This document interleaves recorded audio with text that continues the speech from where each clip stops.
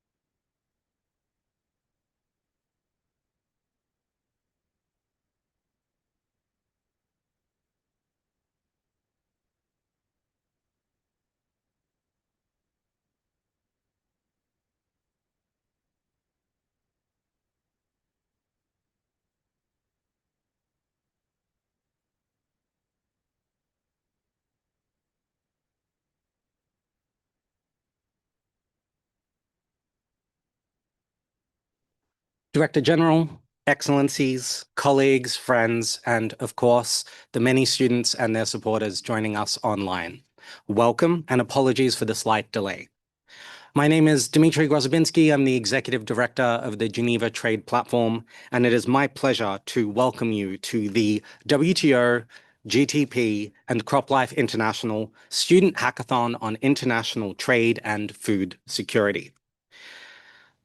Our three finalist teams are here and will be demonstrating their work shortly. But for those unfamiliar with how a hackathon works, it's actually a fairly simple concept. Teams of students from all over the world, and we had over 50 teams from over 30 representing over 30 nationalities register, sign up, and we set them a challenge. In this case, we asked them how trade in the multilateral system could support food security. And we give them 72 hours to come up with their most creative and realistic ideas. These are not our proposals, these are not WTO proposals, and these are not proposals from any member state. This is the next generation offering their best ideas and turning their hopes and thoughts onto what this institution can do. Two people who really do believe in the power of both this institution and youth to make a positive change are seated right next to me. Emily Rees, the CEO of CropLife International, is here alongside Director General Ngozi. And before we invite the Director General to make her remarks, I believe there is an open letter to present. Emily, please. Thank you, Dimitri, and to all of you present here in Geneva and to the teams that have participated. We are all here today because food security will only be achieved if we have a multilateral trading system that is functioning. Needless to recall that 1 in 6 around the world count on trade to function for their food and nutrition. And so it's in that spirit of solutions that these teams have gathered today, but also it is my honor to be here on behalf of CropLife International, but also bringing together 11 associations from across the value chain, the food and agricultural value chain, representing farmers, seeds, fertilizers, dairy, to the grains trade. All of us coming together to reinforce that message that we need the World Trade Organization.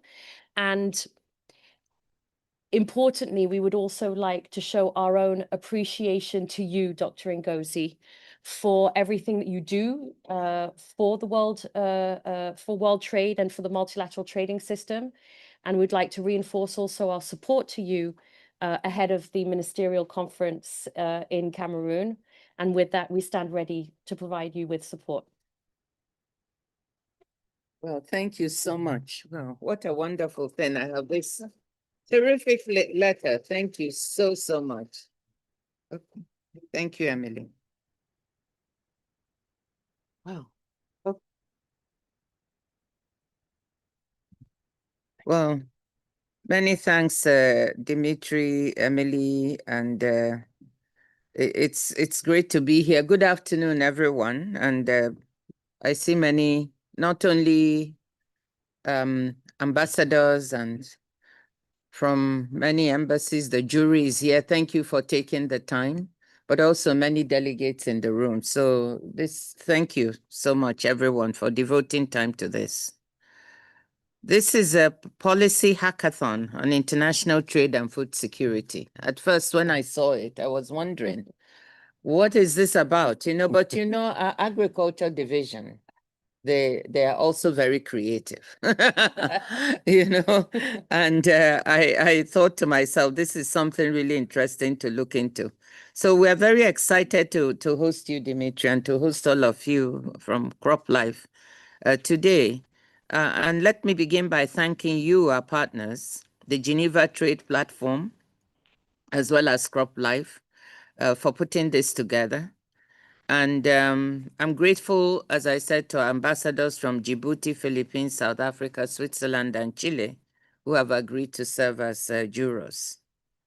The connections between trade and food security are not abstract themes for us at the WTO. They go to the heart of our work. Trade and food are inseparable. It is not enough to grow food. It has to move across borders and oceans, as you said, Emily, through ports and corridors to reach the people who need it. And when shocks hit, whether from climate change, conflict, or market volatility, it is often trade that determines whether food remains available, affordable, and accessible. And that's why food security is central to WTO agricultural negotiations. Market access, domestic support, and export competition may sound boringly technical, but they affect something very basic, the extent to which families can put food on the table. And that is why it's so important for members to find ways out of their long-standing impasse and deliver long overdue updates to the WTO Agricultural Rulebook. We owe that to the people we're here to serve. And that leads me to the students who are competing. You can't imagine. I said, I want them to know when I said, oh, policy hackathon, and I said, they're not going to be interested in this, and then, young people came out, and devoted energy and time. I'm really so excited and grateful to them. Because, the hackathon reminds us that the next generation doesn't just take these challenges seriously. It sees them more creatively and might just offer some much needed new ideas for our members so to help them move issues forward. So student teams from around the world took part in this competition, and I'm told representing over 30 countries. We're now down to the final 3 teams whose ranking will be determined by the distinguished jury we have in front of us. Let me congratulate all who have participated. The ideas you submitted were extraordinary in both quality and breadth. Some of you proposed draft WTO agreements. I'm sure that Kwame would like that. That would create fast-track green lanes for humanitarian food supplies, or that would develop digital platforms to connect food surplus and deficit regions, helping food move more quickly and affordably across African borders. That was really interesting. We saw ideas for blockchain-based food traceability systems and mobile tools to make supply chains more transparent and inclusive. They've obviously studied the WTO and then tried to build in what would be really move us here. And that is also very impressive. These tools to make supply chains more transparent and inclusive, giving small farmers a better chance to reach markets. And we saw proposals to reduce SPS barriers by building knowledge hubs and training platforms that would turn complex rules into opportunities for small-scale producers. Other submissions went further, exploring how to redirect food loss into sustainable biofuels, how to finance new infrastructure like storage silos and cold chains, how to rethink negotiating conditions. I'd really like to look into that one. Or even how to model climate shocks in real time so that countries can adapt food trade networks before crises spiral out of control. Taken together, these proposals tell us something important. Young people expect the WTO to be ambitious. They see us not just as a forum for agricultural negotiations, although that remains vital, but as an institution that can address the full spectrum of challenges linking trade and food security. For me, this is the real power of the competition. Whilst it's not, of course, about ranking 3 whilst it's about ranking 3 excellent teams, it's also about the message that you sent us, that the WTO must keep evolving, keep stretching, keep trying to meet the needs of people and the planet in the 21st century. So again, thank you for all those who poured their time and energy into these submissions, the mentors who guided them, the partners who supported them and who have brought us here today, and my very own division of agriculture that has made it possible for us to be here today. So just a message to our 3 finalists. Whatever the outcome is today, you've already achieved something important. You've inspired us. You can see how inspired I am by the ideas that I've seen, and I know I haven't seen all of them. You've also challenged us, and you've reminded us that trade can be one of the most powerful tools we have to fight hunger, build resilience, and secure a better future. So thank you very much.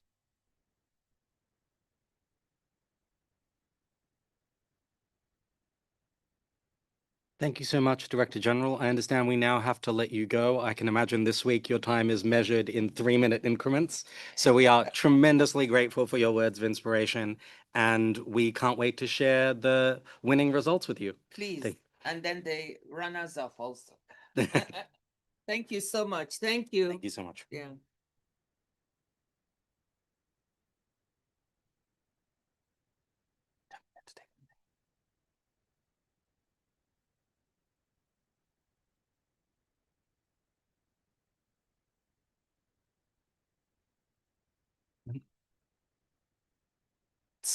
If I could give the students in the audience one piece of advice, it's to structure your life so that you never have to follow a speech that good, because it is a very difficult act to follow. But I will do my best and hide in logistics by inviting to join me up on stage our 5 ambassadorial jury members for the day. Before I briefly run through the rest of the run of show. So could I please invite to join me up on stage His Excellency Manuel Tihanki of the Philippines, Her Excellency Sofia Boza Martinez of Chile, His Excellency Mzuki Kuber of South Africa, His Excellency Erwin Bollinger of Switzerland, and Her Excellency Qadra Ahmed Hassan of Djibouti. Please, Excellencies.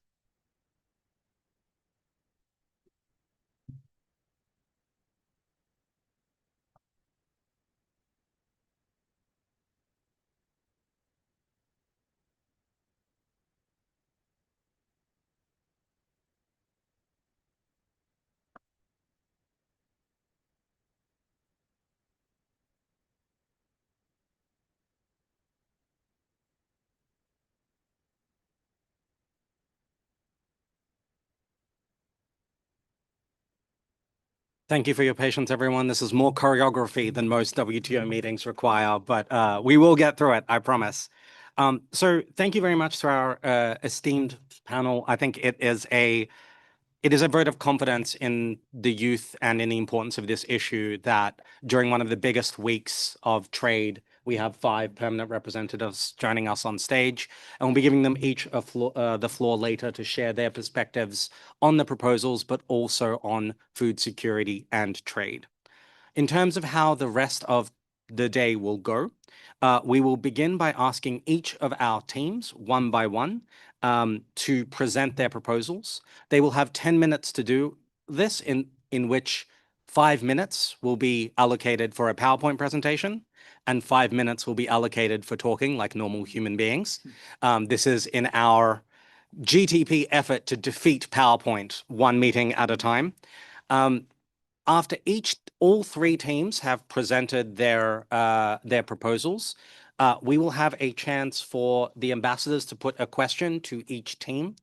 This is not meant as an inquisition or an interrogation, but apart from everything else, we wanted to give our students the experience of having their ideas questioned, challenged, and expanded upon by permanent representatives at the WTO. Thereafter, we will sequester our jury with Dor Medal of the Agriculture Division, who I should say deserves about 98% of the credit.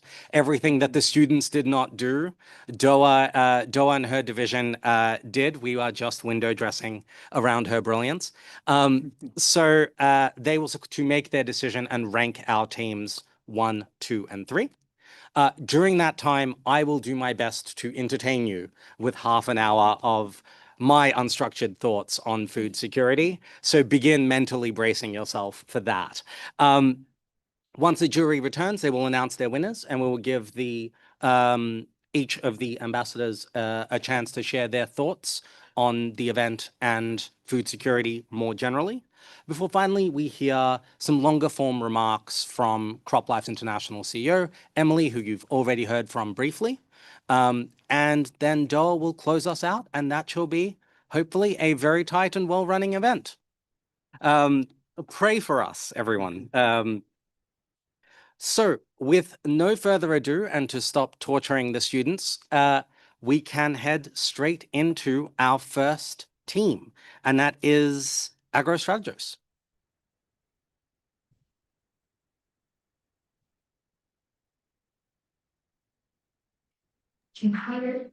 Can you hear us? Yes, we can hear you. Okay.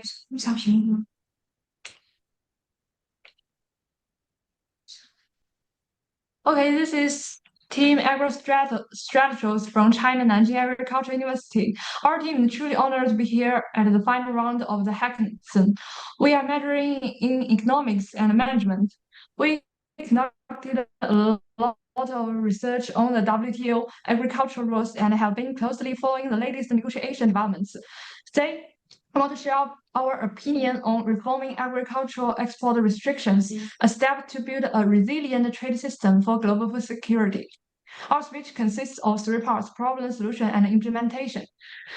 We choose this topic because the profound paradox in global food security we are facing today. While the world produces enough grain to feed everyone, 720 million people still face hunger. This contradiction reveals that our challenge isn't about production, it's about distribution and systemic barriers. At the heart of this crisis are agricultural export restrictions.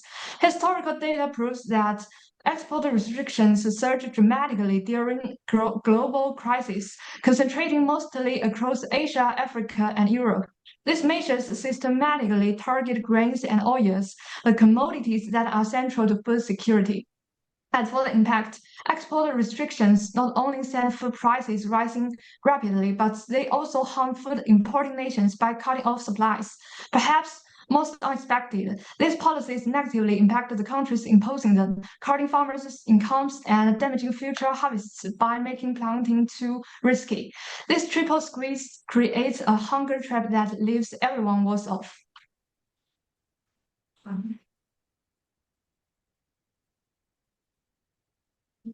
As a key pillar of global food trade governance, the WTO's rules and reform are essential in preventing misuse of export restrictions. However, WTO agriculture negotiations have mostly focused on market access, leaving framework for export restrictions underdeveloped. To fill this gap, the WTO has introduced the regulatory framework aimed at ensuring fair export controls. However, a closer look reveals certain gaps in the legal provisions governing agricultural export restrictions under both the GATT and WTO AOA. First, there is ambiguity in predictions. The GATT permits members to impose temporary export restrictions in case involving essential products or critical shortages. However, the terms essential products and critical shortages are not clearly defined. Second, the buffer period requirements are unclear. The AOA stipulates that members must notify the Committee on Agriculture before implementing new export restrictions and provide relevant information. Still, the rule does not specify the required advance notice period or the minimum concerns of such notifications. Another issue is the ambiguity in the transparency clause. The AOA encourages members to submit written notifications before imposing export restrictions. In fact, most countries don't notify the Committee on Agriculture about food export restrictions. Even when they do, there is often a delay. Lastly, there are poorly defined exceptions. The AOA doesn't provide a clear methodology for determining net food exporter status, leading to ambiguity in its implications. Okay, so we just talked about the gaps in today's WTO rules on agriculture export restrictions. Now I would like to return to the possible solutions. Our team has developed a set of guiding principles designed to strengthen WTO provisions on export restrictions. These principles emphasize three priorities. The first is clarity. It means everyone should be able to understand and when and why export restrictions can be used. Clear definitions would make the system more transparent and easier to follow. And the second is predictability. So countries and traders need to know what's coming. That means setting advance notice periods and time limits. So measures will no longer come as a surprise. Last but not least, fairness. That means the rules should be work for everyone, especially for the countries not dependent on for the countries most dependent on imports, we need to make sure that more vulnerable countries aren't left behind or harmed by restrictions that they did not create. So what we are doing now is not about taking away policy space. It is about making sure everyone plays by the same understandable and balanced rules. So in the next part of the presentation, we will discuss how these principles could actually be put into practice. For the implementation, for the proposal of the preamble of proposal, we all see it unimpeded trade is a powerful tool. It is important for improving global food security and nutrition. We recall Article 11 of GATT and Article 12 of Agreement on Agriculture.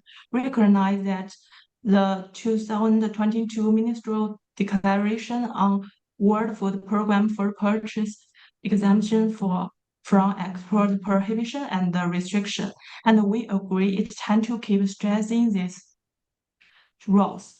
Then we agree on 5 key points to guide how we handle export restriction. The first is clear definitions and triggers. We need clear, fair rules for when export restriction can be used. For example, if a country food supply drops below 400 kilograms per person, the FAO's minimum safety threshold, it could signal a true shortage. The second is time limit and early warning. Restriction must be time-bound and predictable. These 2 points had already been brought forward by members in the negotiation, and the following 3 points represent forward-looking proposals that build upon current negotiations. So the third is protect the most vulnerable. We must protect vulnerable countries from the spillover effects of export restriction. The fourth is a structured consultation process. We need a fundamental mechanism for dialogue, step-by-step guidelines on how to start, prepare for, and run this consultation effectively. The last one is boost support for developing countries. Let's help build capacity where it's needed most. Through a technical assistant networking offering training, tech transfer, and workshops, and by encouraging members to share this experience. And the last week gave a specific example, like to help members, especially in Africa, manage the challenges of export restriction while protecting food security. I propose the creating of a flying expert team. This would be a small, flexible group, 2 or 4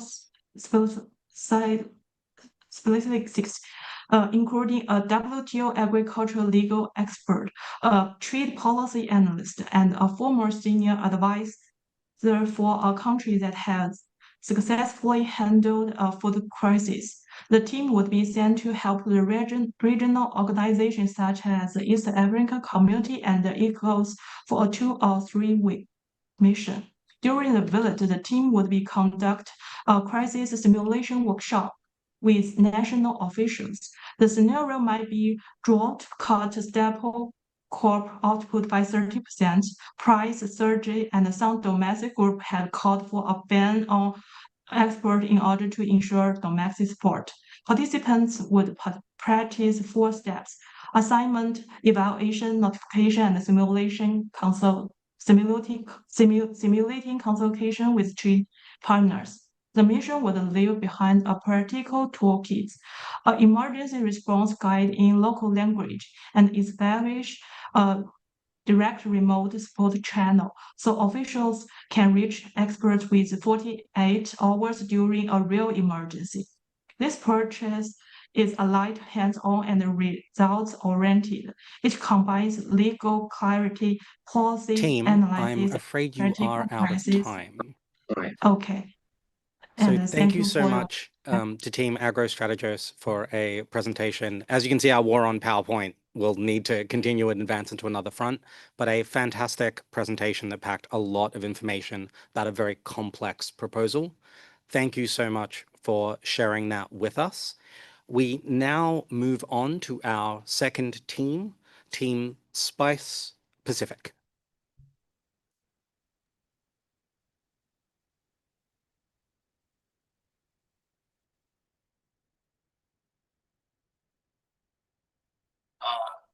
Are my slides visible?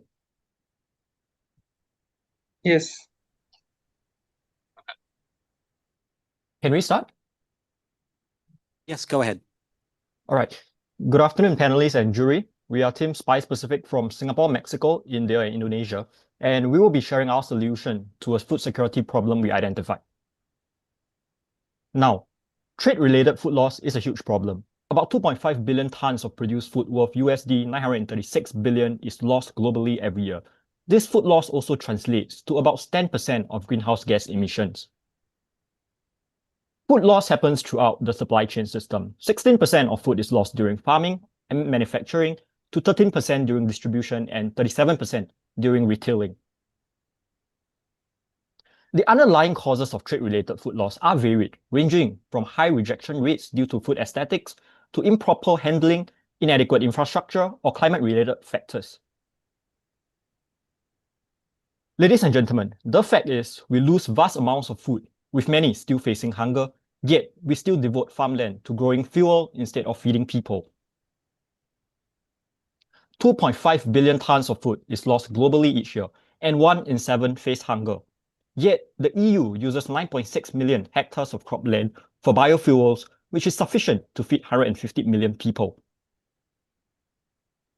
In view of this irony, our goal is to maximize cultivation intended for food and use food loss for other economically productive uses. We want to reduce the use of crops solely developed for industrial use and expand the use of food loss for economically productive uses such as for industrial use. Hence, our solution is to convert trade-related food loss into biofuels production. The status quo is that farming has been used for biofuels production. In the US, corn is a key staple, yet 37% of corn cultivation in the US is being used to produce bioethanol. This is similar for countries in the EU, Brazil, and Indonesia. Imagine how much food we can produce if the corn used for bioethanol is used for consumption instead, while we use food loss as an input for bioethanol. Now that I have shared on the problem and solution, my colleague Tao would elaborate upon my points. Thank you very much, Joel. We do believe that the multilateral trading system can be leveraged to address this pressing challenge. At present, however, there is a clear gap. Biofuel frameworks overlook trade-related food loss, while food governance initiatives offer little guidance, actually, on redirecting the surplus. To bridge this gap, we propose harnessing trade-related food loss for sustainable biofuels, building on 3 key pillars. Pillar number 1, enhance market access. By enhancing market access, farmers and producers will be able to easily sell their agricultural byproducts to the energy sector. This can be achieved by recognizing food loss-derived biofuels and, of course, their inputs as environmental goods under WTO provisions, granting them preferential trade treatment. This pillar builds on the experience of the Environmental Goods Agreement. However, we believe that a narrower and more targeted approach could gain stronger support from member states. Pillar number 2, redirect agricultural subsidies. Today, many government subsidies tend to incentivize overproduction, which in turn contributes to food loss. Therefore, we believe that by redirecting current subsidies towards food loss to energy projects with clear targets and objectives, we could encourage producers to channel food losses into the biofuel industry.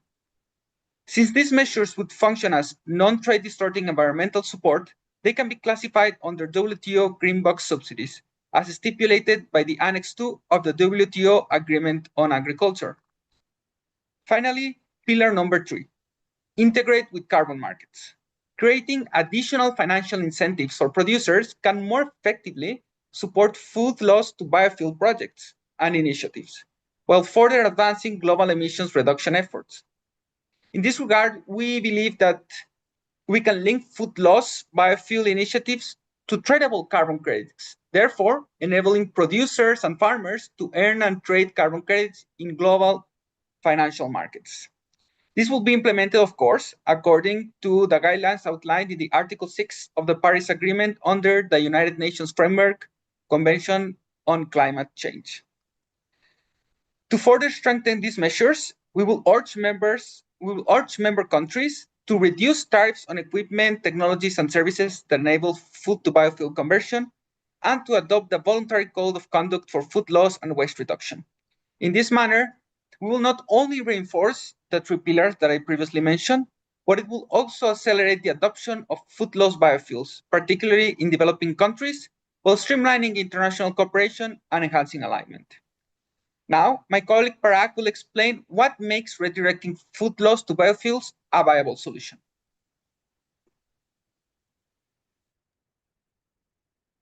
Thank you, Tao. So I will be talking more about the broader reflection that we situate our solution within. This redirection of food loss into biofuel solution can boost food security, energy security, and also help towards climate change mitigation, addressing multiple challenges at the same time. It can also provide compensation for small farmers who were previously unable to sell their food loss and improve the efficacy of global food systems trade as a whole. Now, biofuels are a particularly useful commodity for climate change mitigation, especially useful for decarbonizing transport and those sectors which are hard to abate and not feasible for electrification, shipping, aviation, heavy trucking. Biofuels can reduce emissions here. Current IEA projections indicate that the share of biofuels in transport fuel is expected to rise from 5.6% in 2023 to 6.4% in 2030. We believe that trade-related food loss alone can accommodate this rise in demand. In addition, our solution will also reduce emissions by turning food loss into biofuels instead of letting it rot in landfills, where it would release methane, 28 times more potent than carbon dioxide. Also, it would promote food security by affecting land use. By this, I mean it would free up land cultivated for non-consumable, like in terms of food, fuel crops such as jatropha, which is a big deal in countries like India. And it would also free up existing food production, which would otherwise be used for biofuels. Brazil is a good example here, where sugarcane farmers carefully monitor sugar prices and bioethanol prices in order to make decisions on where to sell. Also, it would ease pressure on forests, reducing the need for deforestation to grow more energy crops at a time of climate disruption. This is particularly relevant for Indonesia and their biodiesel production reliant on palm oil. While not all food loss is suitable for biofuel applications, a significant portion of crops can serve as viable feedstocks. Crops with high sugar and starch content like sugarcane, many grains, root vegetables, and overripe fruits. Oil-rich crops like soybean, rapeseed, and palm oil are suitable for biodiesel production. Now, facilitating this change in global food energy nexus comes with its own set of practical challenges, like existing farm lobbies in many of these countries that prefer lucrative biofuels-oriented supply chains for their produce, and geographical distances between production centers and areas of trade-related food loss. At the same time, there are several positive developments like national governments pushing for second-generation and third-generation biofuels and international cooperation towards this regard, like the Global Biofuels Alliance in the recent G20 declaration. However, we believe that the WTO is uniquely positioned here. It can leverage the multilateral trading system and push for the relevant structures. This would ensure that at least the trade-related incentives are conducive towards this change. Evelyn will now expand on the circular economy-related aspects of this solution and the practical political mechanisms that can be leveraged. Thank you, Para. Excellencies, ladies and gentlemen, as we conclude, I'd like to leave the room with the core benefits of our proposal. Our initiative advances the circular economy.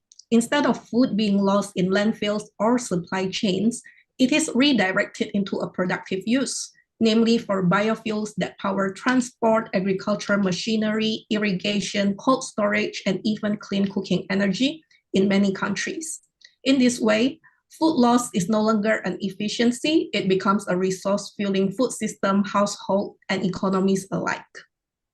Equally important, our proposal is eminently practical. We are not asking members to negotiate new treaties or design complex legal instruments. Instead, we propose measures with the tools that WTO already has: market access, subsidy disciplines, tariff, and trade facilitation in order to unlock the new food loss to biofuel pathways. As we approach the International Day of Awareness of Food Loss and Waste on 29 September, let us commit to action that turns food loss into opportunity and lasting progress. In an era of geopolitical risk, market volatility, and climate disruption, such integration of food, energy, and trade is not only desirable, it is indispensable. Thank you. Thank you so much to our second team, Spice Pacific. We now move to our third and final team for the day, our third finalist, and that is Team Global Grain. Please, you have the floor.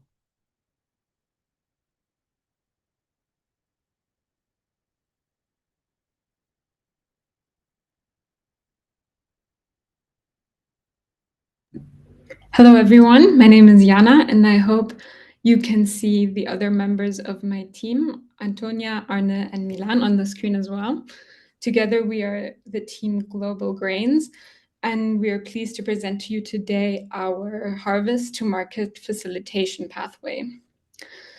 So we will now first present our project, and then it will be followed by a more in-depth discussion of the functioning and the rationale behind our idea. So turning now to the problem.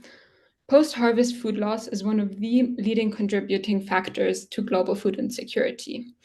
Globally, 30% of food produced does not reach the consumer.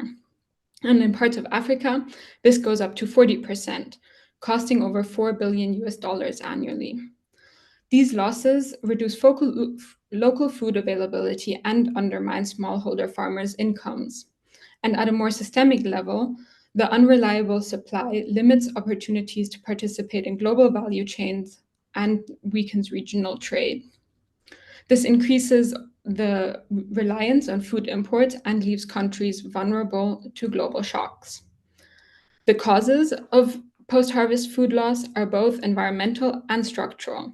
Climate change increases the occurrence of droughts, floods, and pest outbreaks, which accelerate spoilage.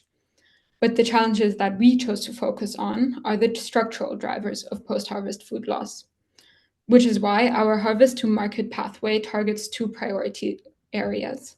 The first are infrastructure gaps, such as the limited access to modern storage facilities and the inability of smallholder farmers to pool their produce.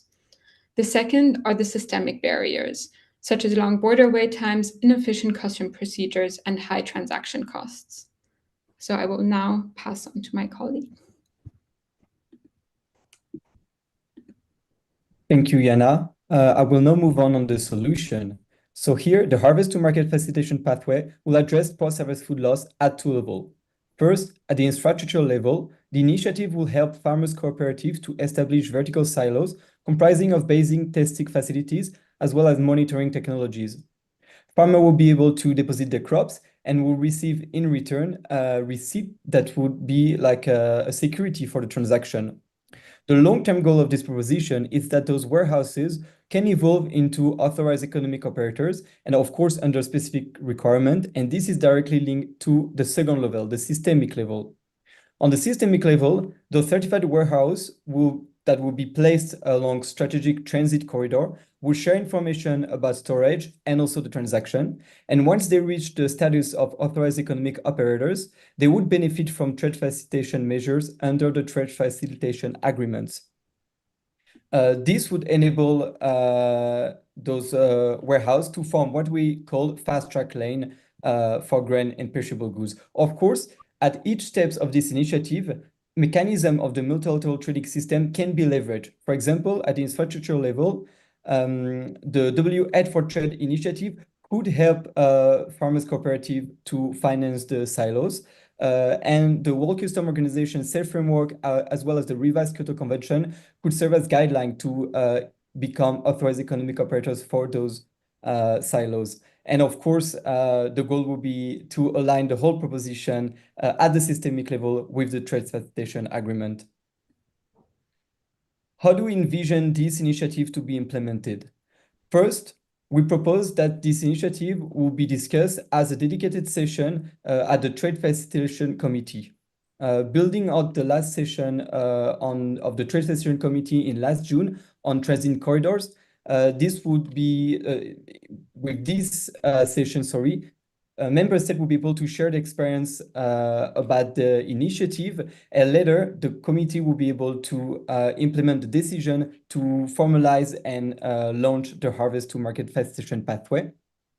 And on the long term, those dedicated sessions will be the main forum for member states to share the best practices or like their struggle about, for example, the financing of the silos or the struggle related to become authorized economic operators. And this will be all fit into a best practice document that could be used by new member states, for example, or by new member states who want to implement the solution or even to expand the solution. Thank you. I will now let my colleague talk about the explanatory part. Exactly, thank you. So after having shown our proposal, I'm now going to move to the explanation part where we elaborate on our rationale and also address challenges that we predict. So first of all, we made some strategic considerations or based on a strategic rationale on why choosing the Committee on Trade Facilitation and not the Committee on Agriculture. These are threefold. And first of all, we thought that very much food loss is a symptom of inefficiencies. The TFC is exactly in place for that, to increasing efficiencies in the trading system. Therefore, this is the appropriate vehicle we would like to base our approach in. Second of all, political will.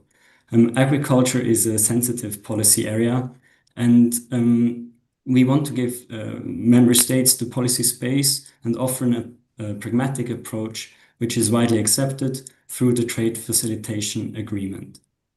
And third of all, we want to mainstream the topic of food security into other areas than agriculture per se. What we need is a holistic approach that sees food security from various angles, and this is exactly the case if we embed it in the trade facilitation discussions. On a more operational rationale that we build upon, we want to leverage existing institutional tools and mechanisms with a renewed focus on transit efficiency. As Milan already mentioned, there already has been a dedicated session on trade facilitation along trade corridors in the TFC, and in widening this with a discussion on, or with a focus on food security and food loss, I think this would be the appropriate vehicle for this.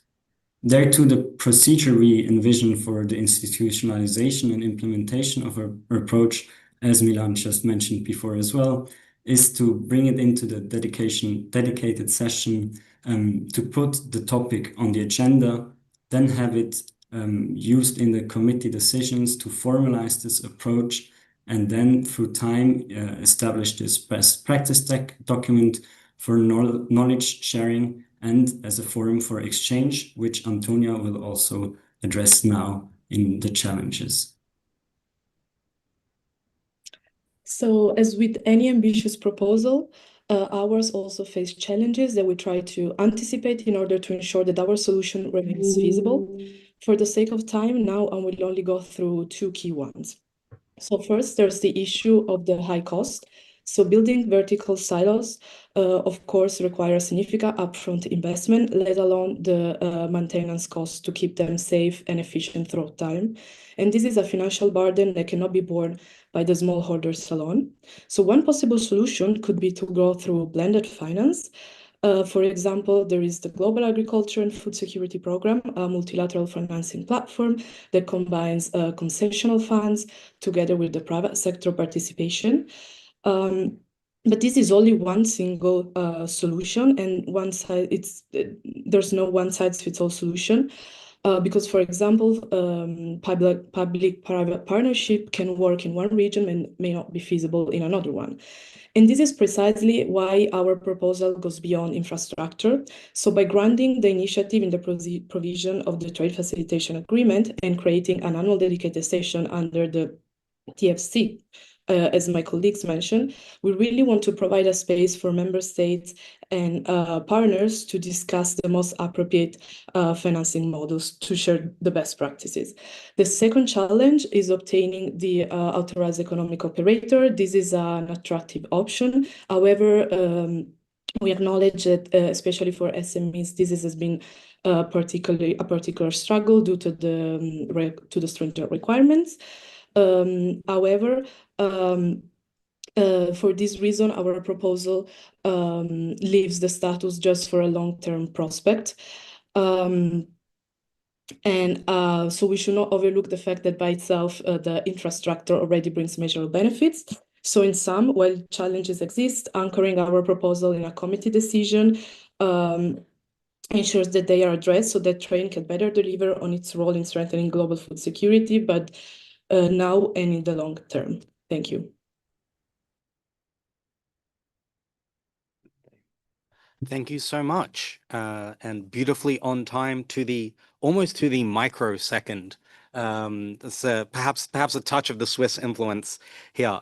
Those were three outstanding presentations coming at the problem of food security from three very different directions, but all with, I think, very clear ties to the WTO frameworks, and I think a really in-depth understanding of how these structures work and how these systems operate. So a tremendous thank you to all of our teams.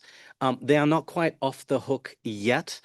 We would like to give you an experience that a lot of the delegates in this room had, which is having an ambassador ask you a question on the spot with no preparation. Which is, if you're wondering why I have gray hair, that's your insight. So is anyone on our panel please has a question for one of our teams? Anyone want to kick it off? Ambassador Bollinger, please. Well, thank you to all the teams for these outstanding proposals, and I'm really amazed about the quality of the proposals. And as you can see, I even have no more hair, almost no hair. That's the age, and of course all the bosses I had throughout my career. But just to not to lose too much time, I have one question to the second group. I think it's the Specific. Yes, exactly, Spice Pacific. You indicated that the share of biofuel in transport fuel is expected to rise from 5.6% now to 6.4% in 2030. If you now would project your proposal, could you indicate any amount or any change that would make in the projection by 2030? What would be the difference? If you can tell us any number, that would be interesting for me. Thank you. Does the captain of Spice Pacific want to take that? Sure. I can answer that. So it is estimated. So according to the IEA's situation as usual scenario, that is expected to translate to around 215 billion liters annually. But in the accelerated scenario, if all of the biofuels promoting policies in all of these countries actually take shape, that is supposed to be around 270 billion liters annually. And trade-related food loss can feed into this demand. The demand is not exorbitantly high like other sources of energy that are projected, but they're not small enough to be negligible in terms of an arena that requires inputs. So that was how we calculated that. Superbly done. I believe we have a question from the Philippines, and please do identify which team you're addressing. Thank you, Ambassador Irwin.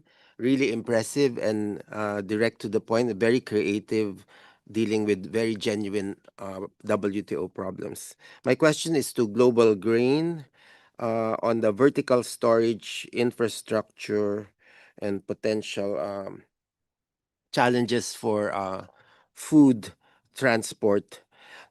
Since you discussed finance, did you have any exact or estimated investment cost for blended finance or public-private partnerships on a per silo basis. So if there were pilot projects, assuming we would go on a pilot of 10 silos, what is the estimated cost per project? Thank you.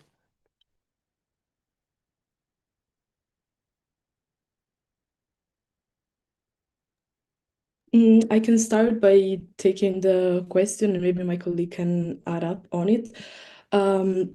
It really depends on the technology of the silos because it has been evolving a lot over time. So and it depends also a lot on the dimension of the silos. So the factors that affect the price are very different. But what has been done, it's what we know so far is like a study from the WTO that they've looked specifically into PPP mechanisms, so in public-private partnership, and there has been already pilot projects in Pakistan and in India, which are contexts where this type of financing mechanism worked, for example. But it really depends whether the interests of the private companies align with the policy framework in place and with the government. And I will let my colleague continue.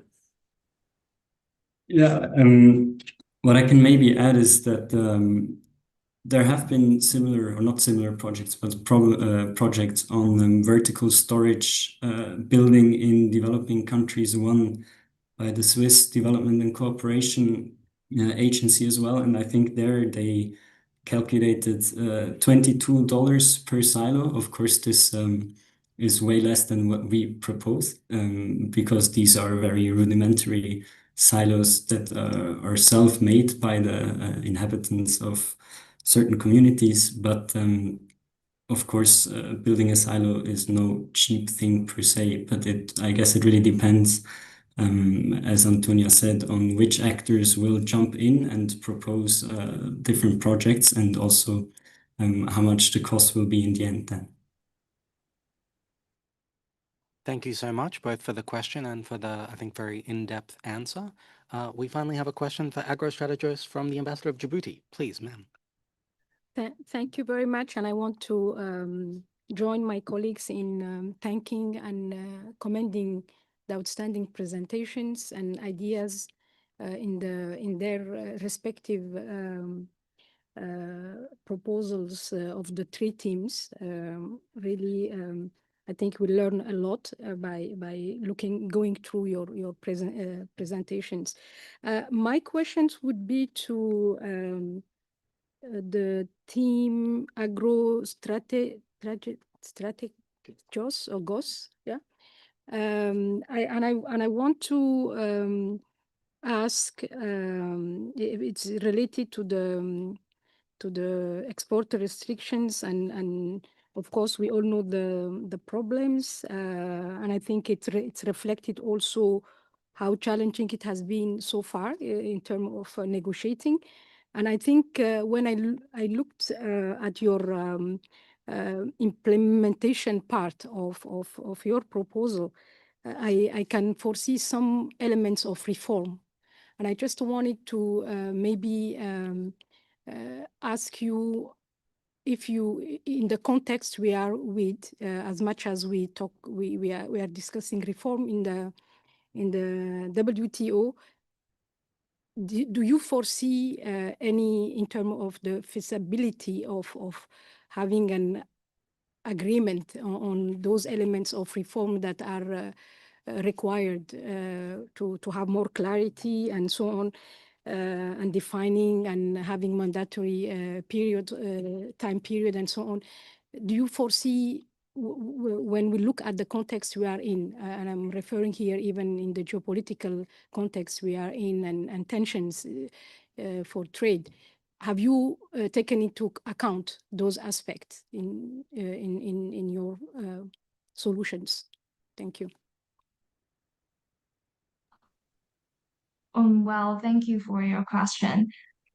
Yes, our team has foreseeing the context you have mentioned.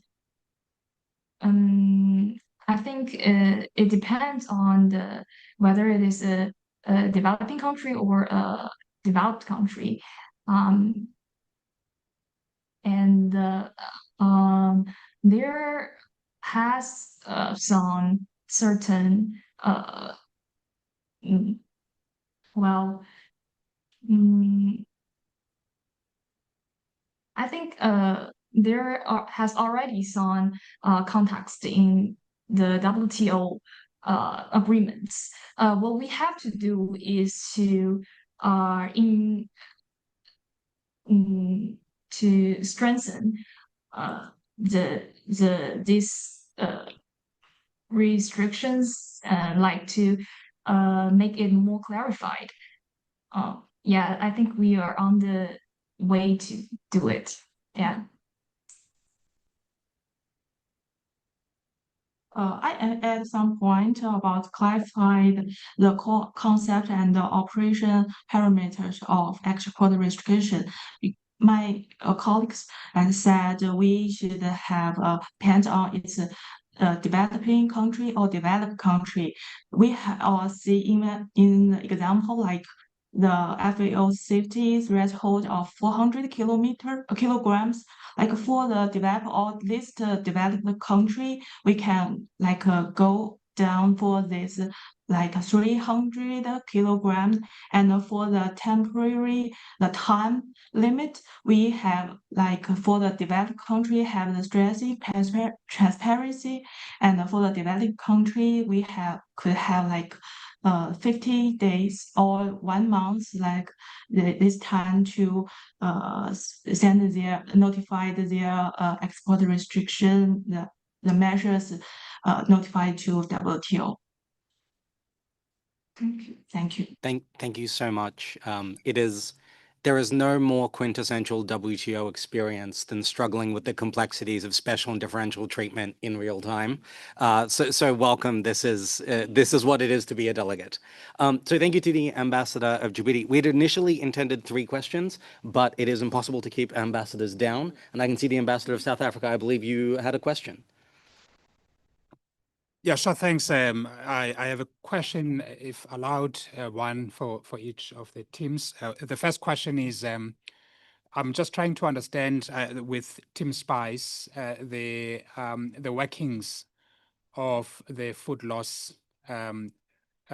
business stream that you're proposing, including through the carbon markets that food losses could find an alternative commercial stream to, partly to reduce the losses, but to contribute to the carbon markets.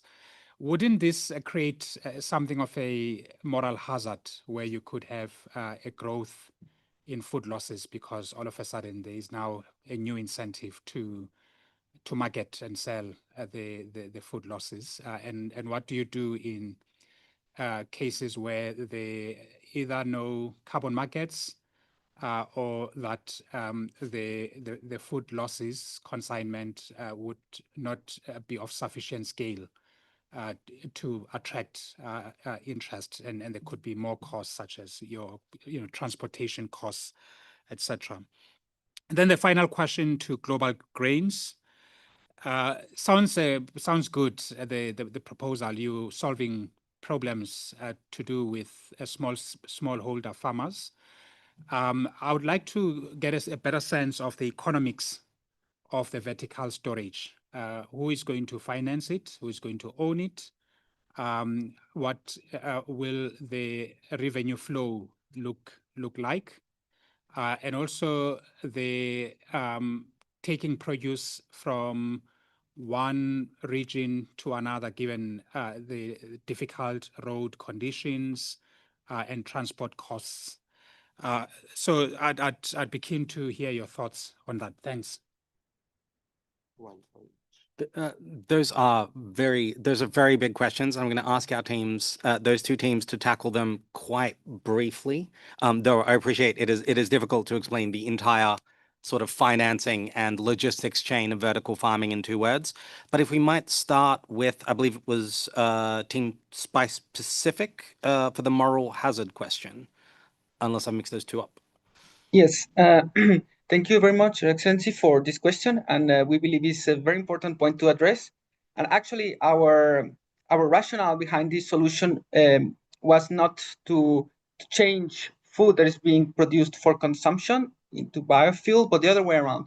Food that's being lost during the process, to bring it into a more efficient economic sector. Food for human consumption generates quite economic benefits for farmers and producers, while food that is lost produces no economic benefit at all currently, because it usually ends in the landfill. So our rationale for this incentive is to make farmers and producers aware that, okay, instead of throwing these losses into the landfills, we can instead sell them to the energy sector, turn it into biofuels, and earn some extra money. So it's not to bring the food production for human consumption down into the biofuels, but instead bring the losses from these processes back into an economic productive activity. So it's we don't want to go against production of food that's for human consumption, and it's also one of the most profitable activities. So it's not gonna directly challenge the biofuels industry. Thank you very much. Thank you so much, Tao. And then there's someone from Global Grains, perhaps rather than going into the entire finance and structure, the question of ownership is, I think, really pivotal from among the ambassadors list. So could you share some of your thoughts? Okay, I will start with saying that since we're trying to address this problem by using existing mechanisms through the TF committee and the TFA, we thought we could do it similarly to other projects. So that countries do a needs assessment, and then they find donor partners, and the WTO can help with that matching process.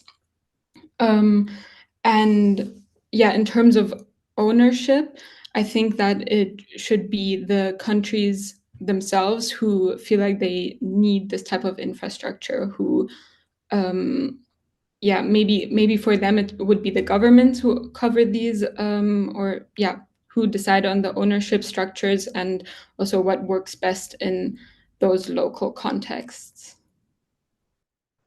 Thank you so much, Iana. We have one final question from one final team from Ambassador Posa. Thank you very much, Dimitri. Very short for Team AgroStrategies. So they have as well 2 questions. How your proposal connects with maybe using something similar to the precautionary principle that we can find in the SPS agreement. Could we do something similar in this case?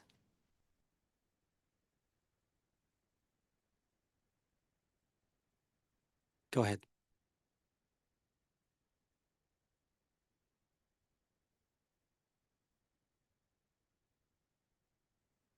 Yes, Team AgroStrategies? Yeah.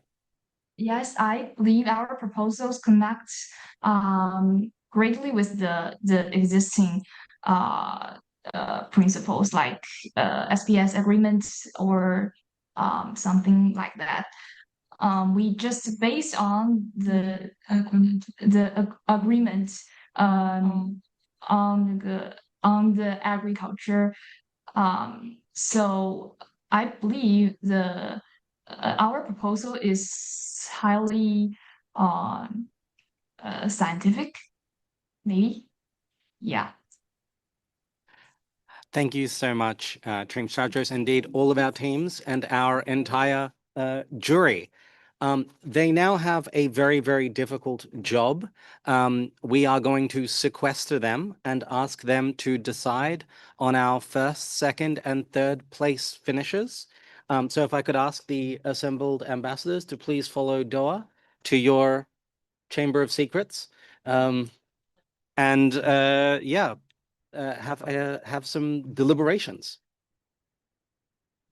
Thank you so much. Come back half an hour. Less than. Because we have a 4 o'clock. The faster you all deliberate, the less time these people have to put up with me. So for the sake of the community, I would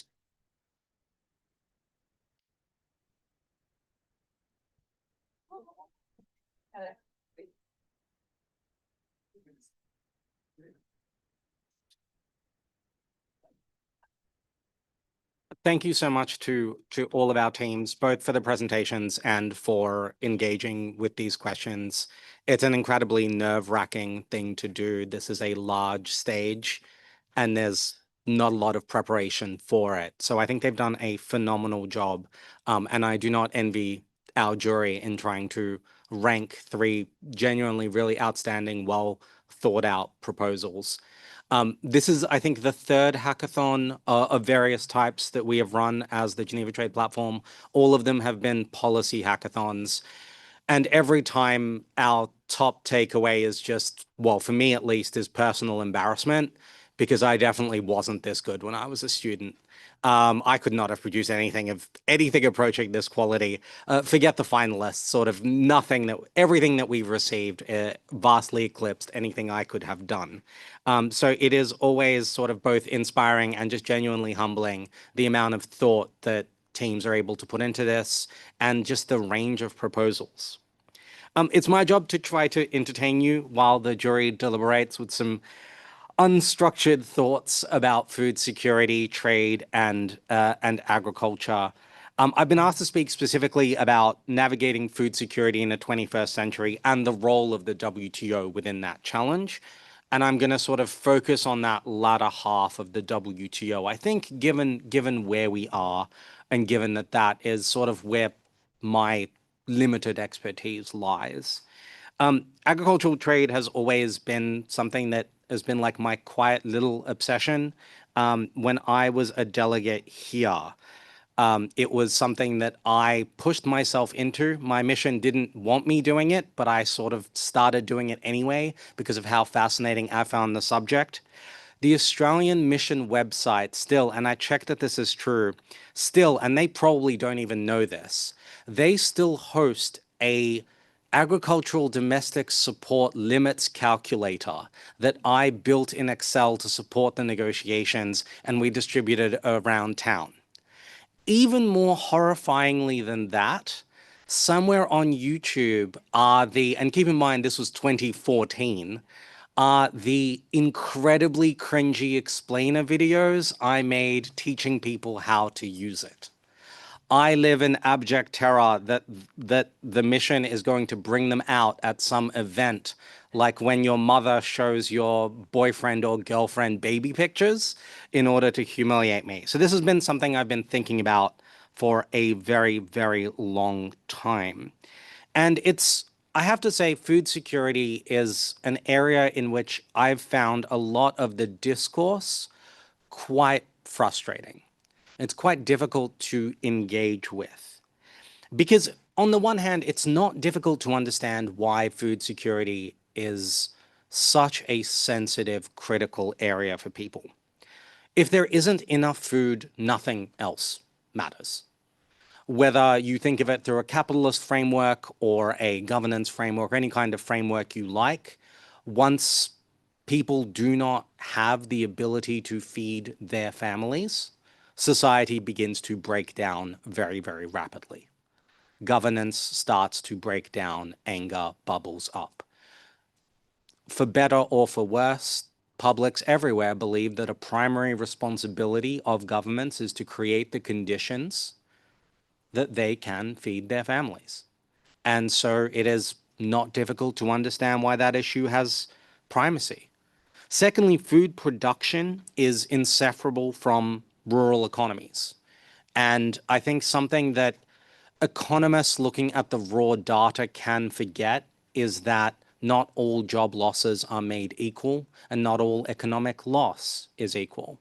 I grew up in Australia where we saw firsthand what happens when a rural community loses the farms it depends on. Australia is a wealthy country with a robust safety net, with a great deal of resources. We refer to ourselves as the lucky country, unironically, and because we are in many ways. But if you go to a small Australian town, where the farms have ceased to be economically viable, you can watch what happens to that community. The farms close, so the agricultural supply store closes. Then the pharmacy closes. Then the supermarket closes. The local doctor pulls out because no one can afford their services. The post office closes. One by one, feeder businesses die, and then the community withers on the vine.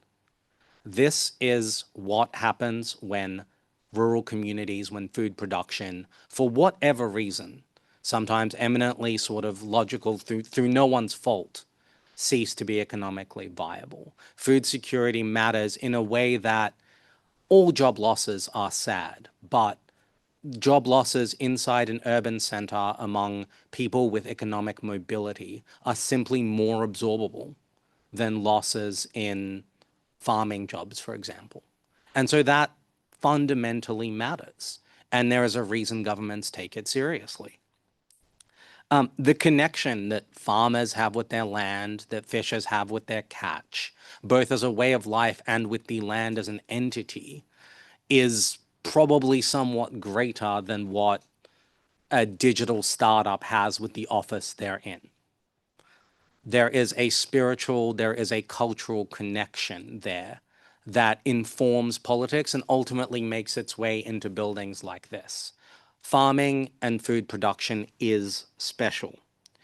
And we don't need to go very far back in history at all to reach a point where the amount of arable land and agricultural land that you had as a country was your primary determinant of wealth and power, when wars were fought essentially for farmland.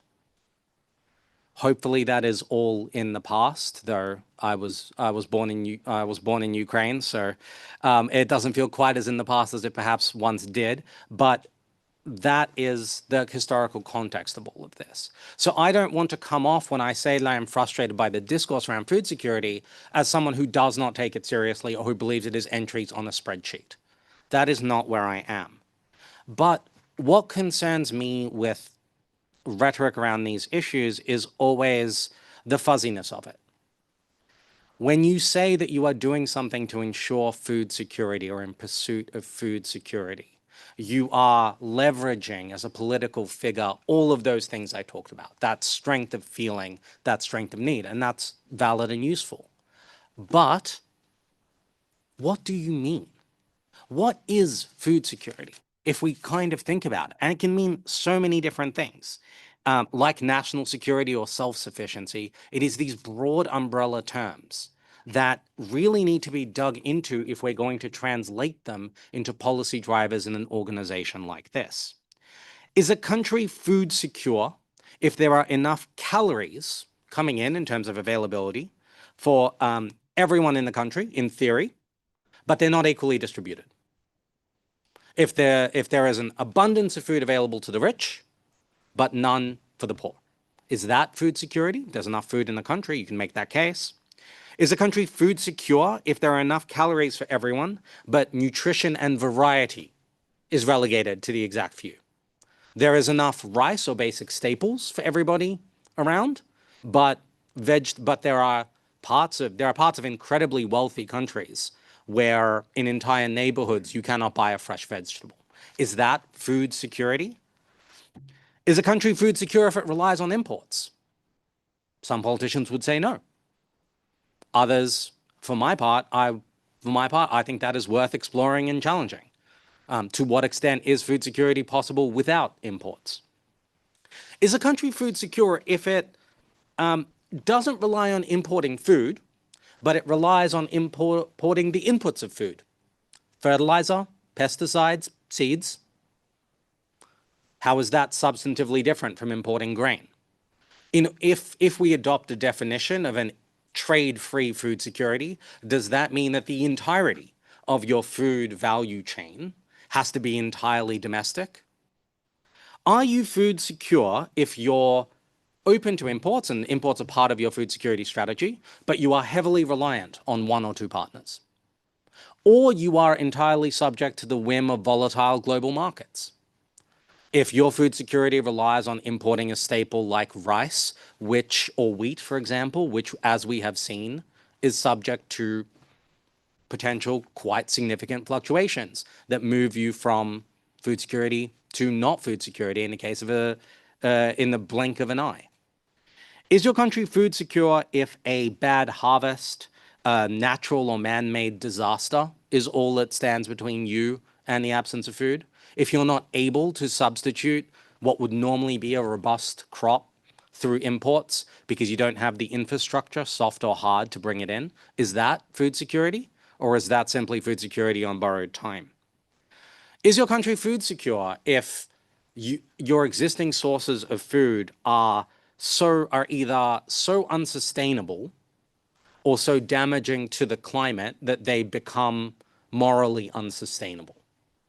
I mean, these are all questions, and there is absolutely no one-size-fits-all answer. Every single government has to decide for itself, given where it is positioned in the world, what its priorities are, what it's hoping to achieve, what food security means in their distinct context, and how to translate that into the policies that they pursue at this organization, at the FAO, domestically, regionally, and so forth. What I guess I would caution against before sort of moving into this organization specifically is that sort of fuzziness of rhetoric.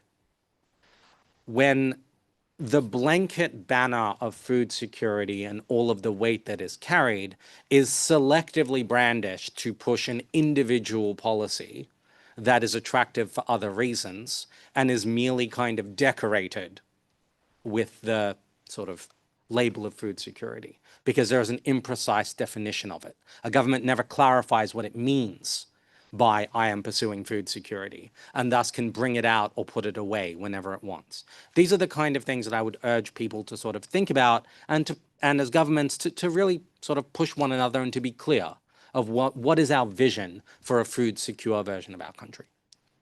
And I guess that brings me to the WTO, because once you've established what you want to achieve, you have to think about, well, how does the WTO potentially help us get it? One of the things I absolutely loved about doing this hackathon is reading through the proposals, not just our 3 finalists, which were fantastic, but really everything that came through. And absolutely all of them, every single proposal, began with a what is the change we want to see in the world? And then moved to a how do we use the phenomenal power of the multilateral system in the WTO in creative ways to get it? This organization has distinct negotiating mandates it will continue to work on, and those are vitally important. But I think you can also look at the organization for its potential and really look at its strengths and how you can leverage them. We're going to spend years talking about domestic support and other things, and that's all well and good. But the WTO can do more, and I think this hackathon is just sort of skimming the surface of the potential. If you think about what the WTO offers, you can kind of break it down into a couple of buckets. First, the WTO rules offer predictability. In 2025, we should say it's not quite as much predictability as I think everyone would like, but it is an unprecedented level of predictability compared to what existed before the GATT. Agriculture is already such an uncertain business. You are dealing with so many variables, from global prices to weather. The fact that you can be reasonably certain that something that members have agreed to amongst themselves in an organization like this will be what you can expect moving forward takes a huge mental load off farmers and Emily's members as they are trying to plan for the future. And farming is planning for the future. It is, by definition, making a gamble on what the world will be like in a few months. And while that predictability is at the expense of some level of sovereignty and policy flexibility, by definition, it is governments giving away their ability to change things. That's how we get that predictability. I don't think any of the proposals we heard today, or any of the proposals, frankly, I've read, could not fit into a manageable surrender of policy space if properly negotiated. That's my view. I'm not speaking on behalf of a government or on behalf of the WTO. But the agreements that exist, as well as the proposals, show that there is a healthy amount of middle ground between the policy space governments need to be dynamic and innovative and the assurances they're able to offer the international business community through agreements amongst themselves and through cooperation. That middle ground is there, and these proposals show where it can be found, or at least show us a path forward, a diversity of places to look for it. Second, and I think this is a point that really came through our private sector meetings this morning. The WTO as an institution, through its regular work, offers an absolutely invaluable vector for governments to talk to each other about problems they're having at the border and behind the border. Something that surprises the business community, I don't know if it will surprise our students, is, and this is not a criticism at all, governments are actually not great at talking to one another spontaneously about challenging issues in the absence of a process. It is difficult to raise issues if there is not a diplomatic and structural pathway to do it. That sounds really weird. It feels like somebody from one Department of Agriculture should be able to just pick up the phone and call their counterpart and go, hey, why is this shipment stuck at your port? I can tell you, as someone who has been in that position, there is very little pathway to do that. Just the fact that the WTO offers not just a regular place where you can raise issues, but a place supported by, frankly, one of the best secretariats in the world, with regular meetings where you can raise in a depoliticized way the challenges that you are having and resolve them at the technical level. It sounds so minor, it sounds so boring. But trade is the headlines, but it is also 10,000 of the wonkiest, most technical, most I can't believe this is a things that you could possibly imagine. There are shipments stuck in ports all over the world right now for reasons that if I said them out loud, you would laugh. It is like someone's mislabeled a banana and $40 million worth of stuff is stuck at some port. Governments need ways to talk to each other to resolve it. And that is already a tremendous benefit that WTO is playing. But if you think about that as a tool, it offers tremendous potential. And I think our teams flag that quite a bit. This could be a place where you talk about these issues, where you resolve, okay, how do you make, what would be required for a vertical farm to become an approved operator in order to take advantage of a TFA green lane? This is not a conversation that's easy to have minister to minister in a 30-minute bilateral, and it's not a conversation that will take place spontaneously.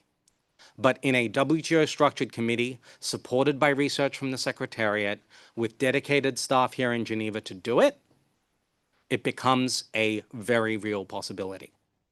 That's not the sort of thing Kissinger wrote books about, but that is the bread and butter of the kind of diplomacy that actually changes lives and livelihoods.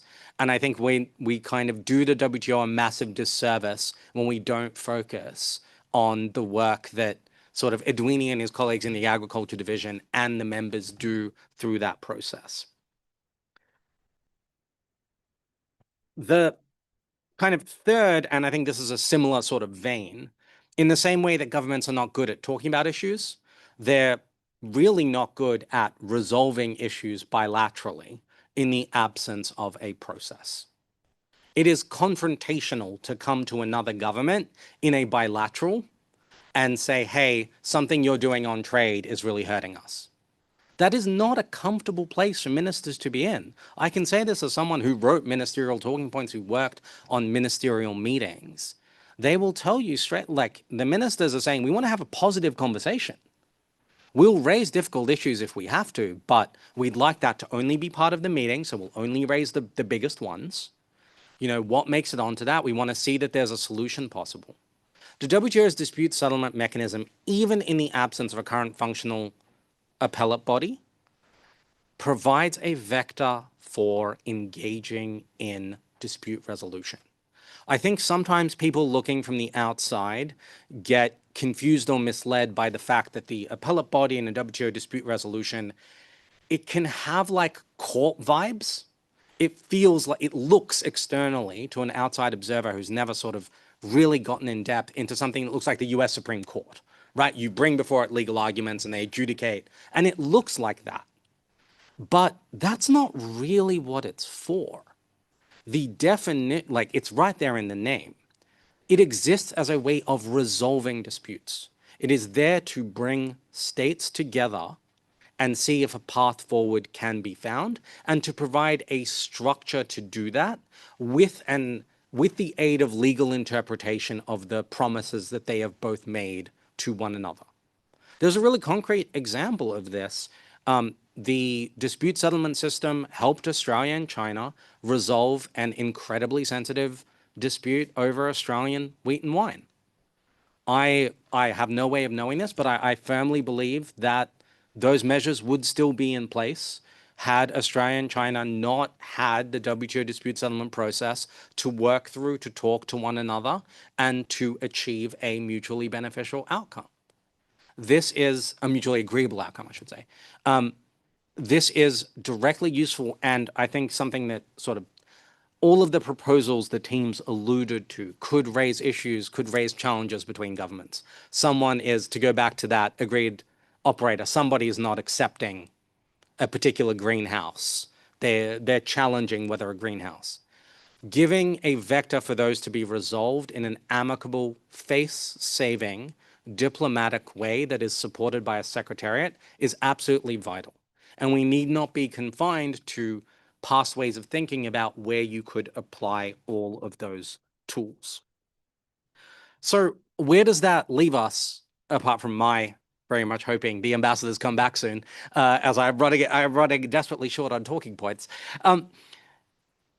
The wonderful thing about a hackathon like this, apart from the fact that the ideas don't actually have to come from me, is that all of the ideas are ideas in and of themselves, but they also offer models and ways of thinking.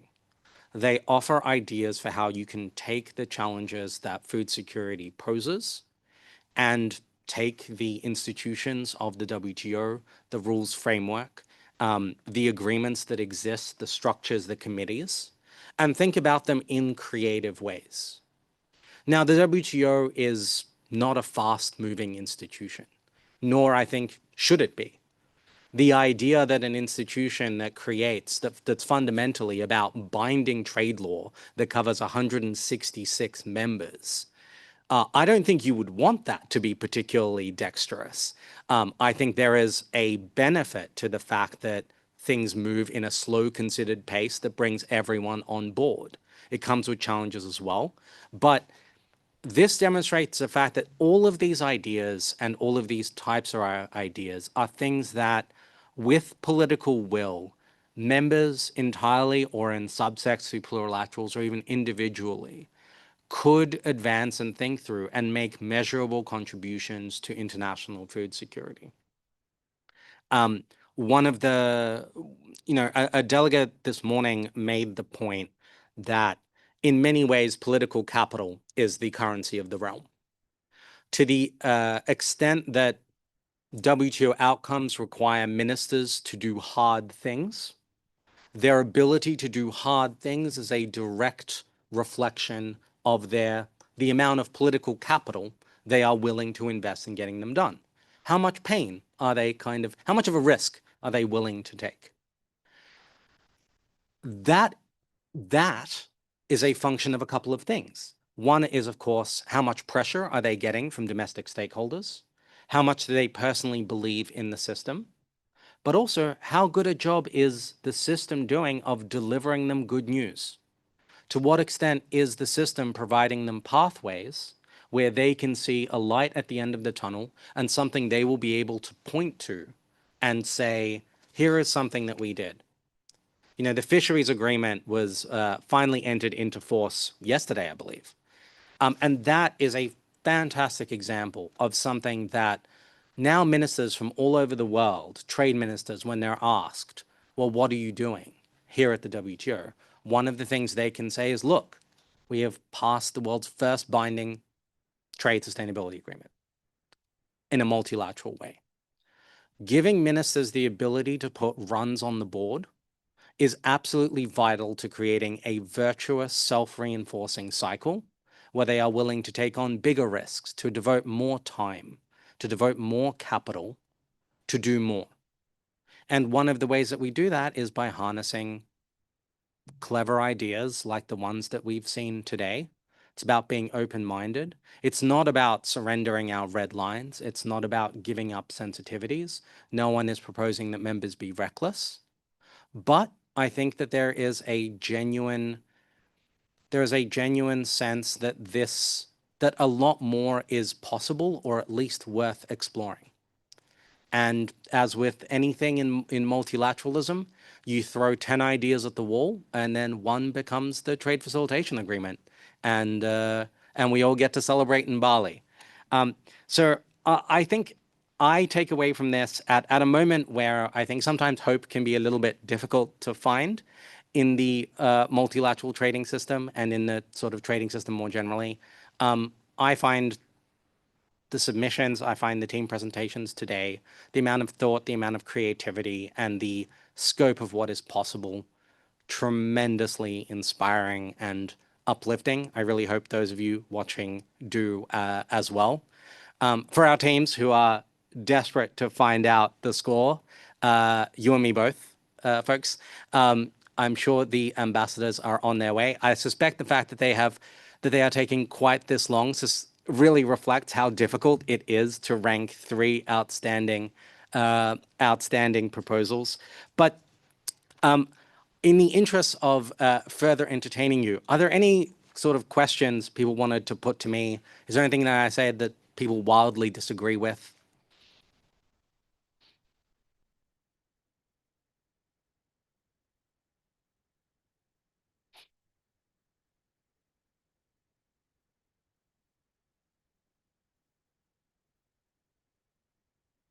Yeah.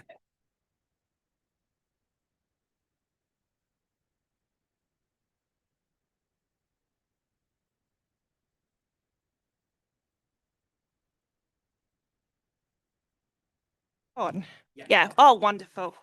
Yeah. So it's probably not related at all to anything you've just said, but it's just something that I'm working on with my businesses at the moment, through sort of IFRS.com. And actually, in terms of sort of commodities, is there value with and a relationship with food security and actually the science of going into the science for sort of market differentiation in sort of commodities? So let me throw an example out there. So I was sitting in the Algerian embassy, and what they are doing is they're doing a lot of investigation into their carob product to analyze to see if it's differentiated from, say, another country's carob product, to almost like use that as a USP for for sort of like market entry and to give them that sort of advantage. So that's something that we're exploring. And like with IFRS, we're looking at sort of coming away from food, but we're looking at sort of the Sri Lankan sort of graphite and the scientific value to their sort of the purity of their graphite.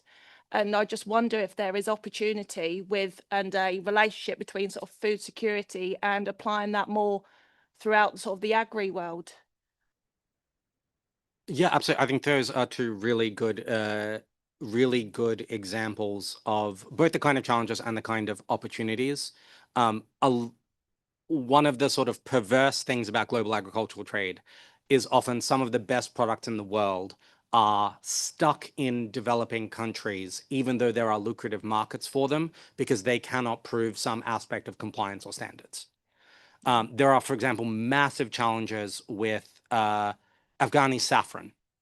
By far, like some of the best in the world, chefs all over the world would die to have it, but trying to get it certified, approved, and onto the shelves at Globus is a massive challenge, but it's also a massive opportunity, because as soon as you crack that challenge, you've suddenly got you suddenly got really lucrative markets and a unique product that is its own kind of brand campaign. I think and I think that's where it's fantastic. We're looking, obviously the forum over the next couple of days is looking at digital trade, is bringing those products into the limelight really from sort of developing markets and countries and things that are sort of lesser known, and bringing them and with the narratives, you know, you mentioned about special, you know, with the agri and farming, and how it's rooted in tradition and culture and identity, and I think that's where everything can bridge with digital. So yeah, as I said, looking forward to the next couple of days. Thank you. Thank you so much, and I am very pleased to welcome back the ambassadors. I was about 2 minutes from having to start juggling. So I am. Hmm? Hmm?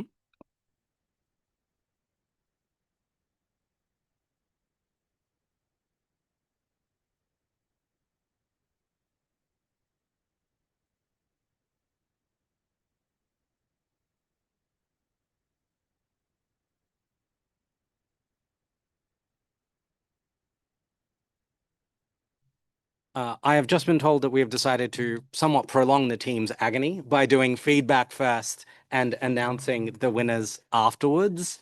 I'm really sorry. No. I think we're going to have some feedback from each of the ambassadors, and then we will have the winners announced. So please, Ambassador. Thank you very much, Dimitri. Well, as you have mentioned, we have been analyzing the different proposals that we have. First of all of them very interesting, and it's a huge work that you have been doing. I will say a few words about the first presentation, agro strategies, and then colleagues will add on the other presentations. So just very quickly about agro strategies, I want to congratulate the team. First of all, well, I spent most of my professional life working on agricultural economics, as it's still a men's field. So I'm very pleased to see 4 women together in the same team. That's great. And the impression that I had from their presentation and from their proposal is that I was looking at something that could be discussed at the Committee of Agriculture. So something that could be a real proposal at the Committee of Agriculture. Of course, there will be a lot of discussion there, as always, and it might be difficult to get the consensus, as always. But it's something that is quite close to a proposal that we could see there. For next occasions, just to recommend the team to be more time conscious and to prepare in a way that they can satisfy not only the substance but also the style of presentation to the requirements. But overall, congratulations. Ambassador, your turn. Yes, again, like Ambassador Sofia, very interesting, and congratulations to all 3 teams. I've been tasked to give a few comments for Spice Pacific. Of course, I found it very creative and original, and as we have delivered yesterday on SDG 14.6 on the fisheries subsidies agreement, I found it, having been chair of the Committee on Trade and Environment, I found it very exciting and interesting that WTO might focus on SDG 12.3, which is minimizing food loss and wastage by 50%. So just congratulations to the team, and very specific ministerial declaration. And I guess in terms of originality and feasibility and genuineness of the problem, I found it very to the point. In terms of advice to the team, of course, more probably some economics or econometrics on price elasticity and this very tricky thing between trade and sustainability and trade and environment tension and nexus. Thank you. Thank you so much, Ambassador. I believe we're now going to the end of the table for the Ambassador of South Africa's remarks. Sure, thanks. I want to congratulate all three teams. I think the presentations have been great, and it's made it very difficult to come to the determination. So I just want to give my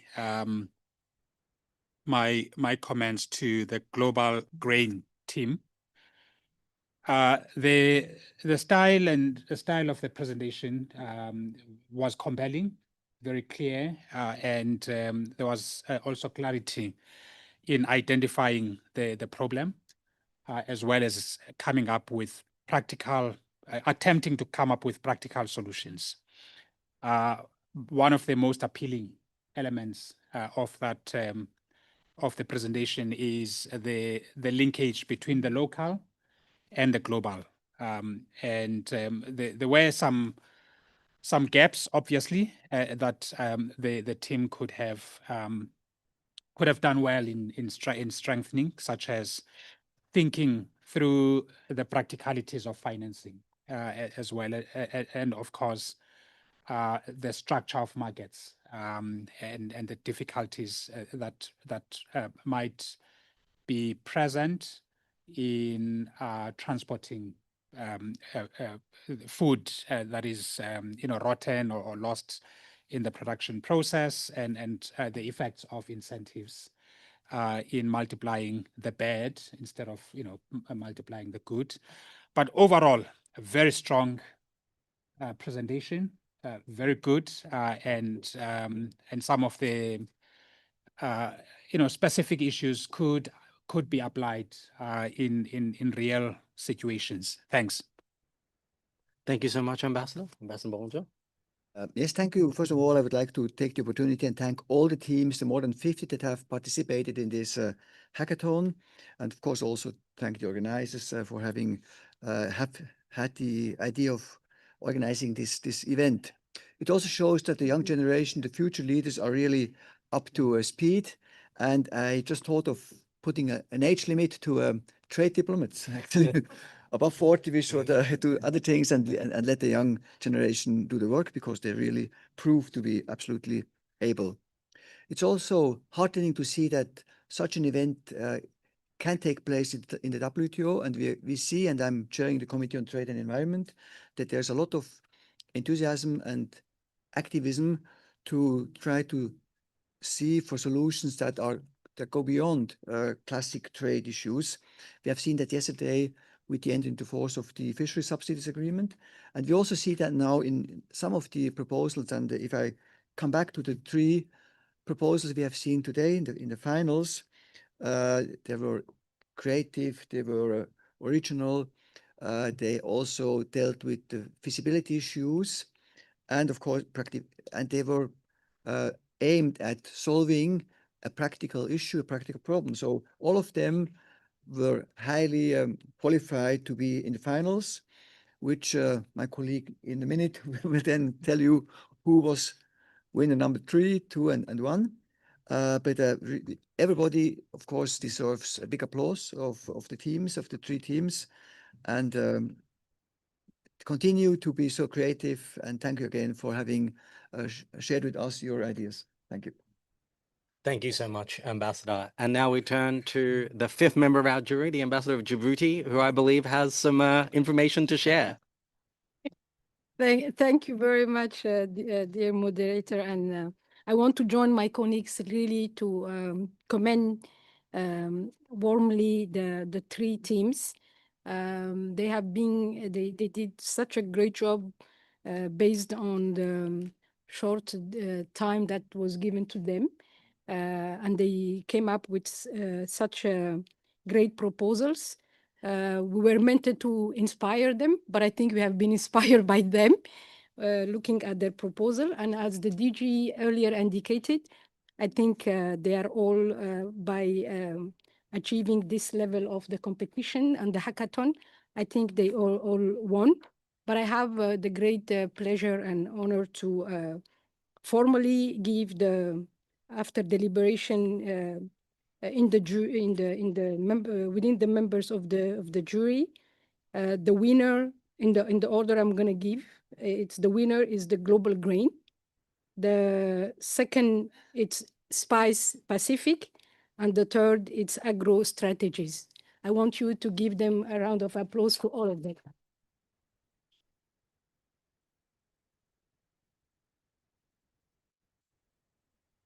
A huge congratulations to our teams and a very, very big thank you to our jury. It has been a privilege to participate in this. And now for the final portion, we're just going to invite up Emily Reyes-Ndoa for a final word and just thank our jury for their service. Thank you so much.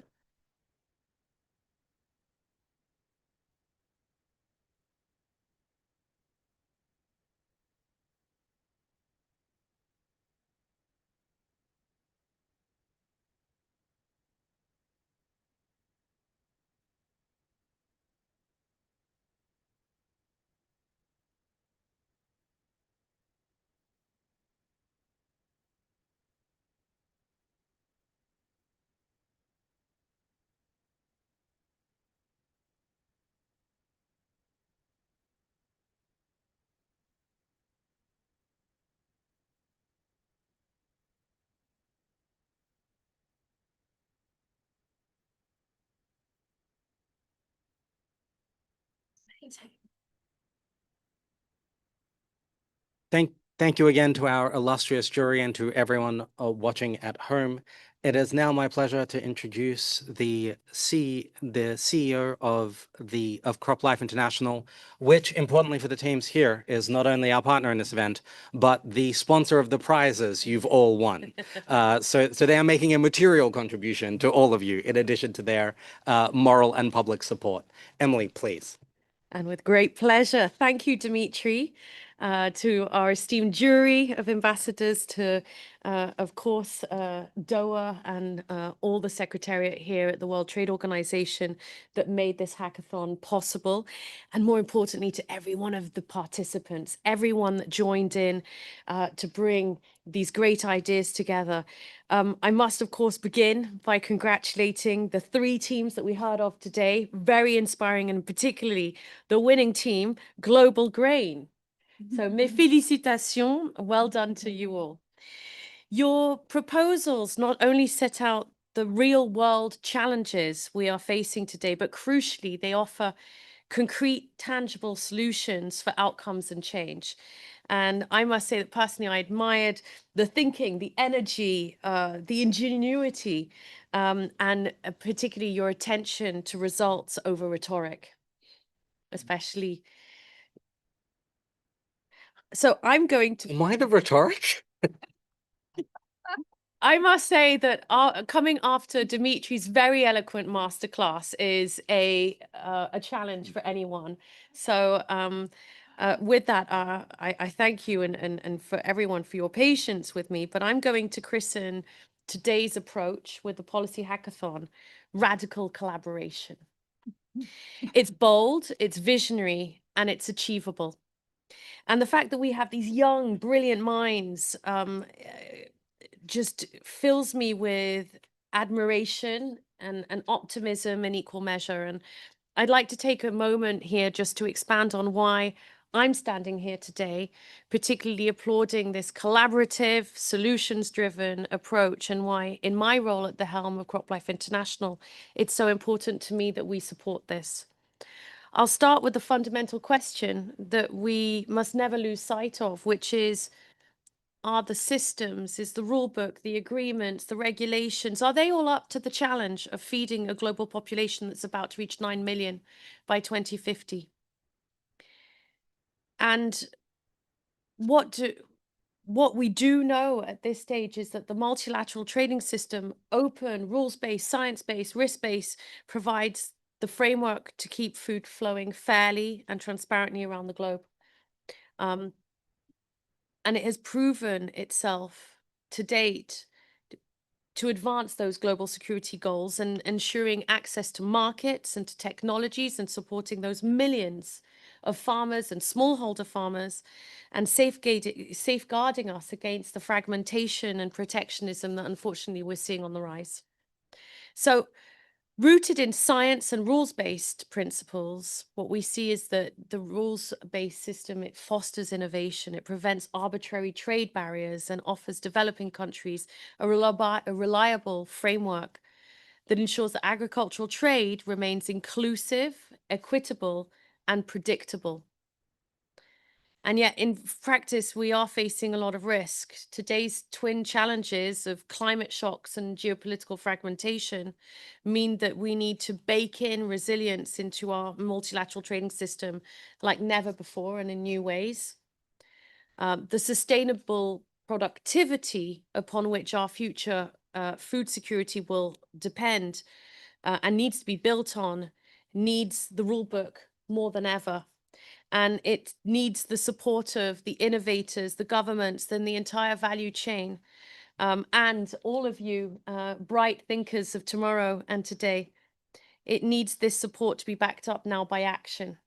And so this is why I am giving you a preview of some radical collaboration of my own, which is that, as you saw earlier today, at this WTO public forum, CropLife International came together in a new way. We brought around 11 different associations from across the global value chain, including the grains trade, many actors that are operating in that space, in publishing an open letter to Director General Ngozi. And that really is a reiteration of the private sector and the farmers and the seeds and the fertilizers and the dairy producers and the livestock producers and all of this agricultural value chain, reiterating our support for the WTO's mission as a critical tool as we address the fragility of food security. And of course, we're not doing this alone.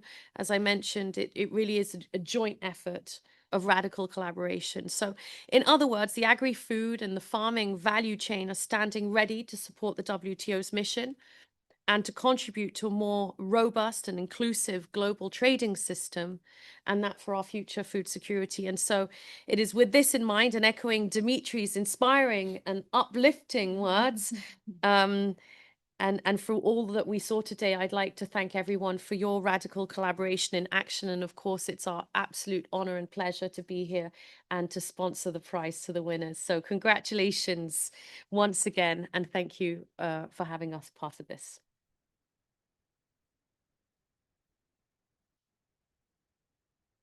Thank you so much, Emily. And with that, let me hand the absolute final word to my radical collaborator on this. Doa, please sing us out. Thank you very much. The idea for the hackathon started with a phone call that I placed to Dimitri. And I said, Dimitri, we want to, the WTO needs to do more outreach and we need a radical idea. And the word hackathon came up and he became my partner in this mission. But he immediately gave me a cautionary note. He said, we need a prize. Nobody competes when there is no prize. And this is where it's not just CropLife International that came in, but it really is Emily Rees, President and CEO of CropLife.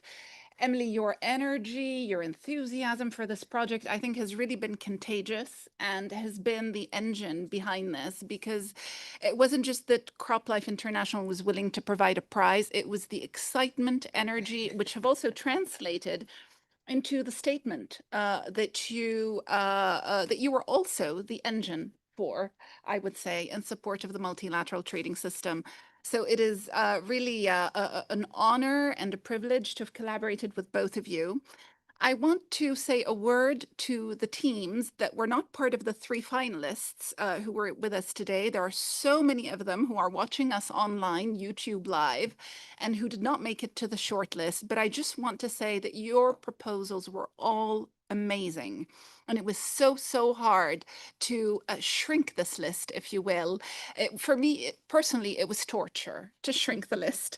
But unfortunately, that's how these competitions work.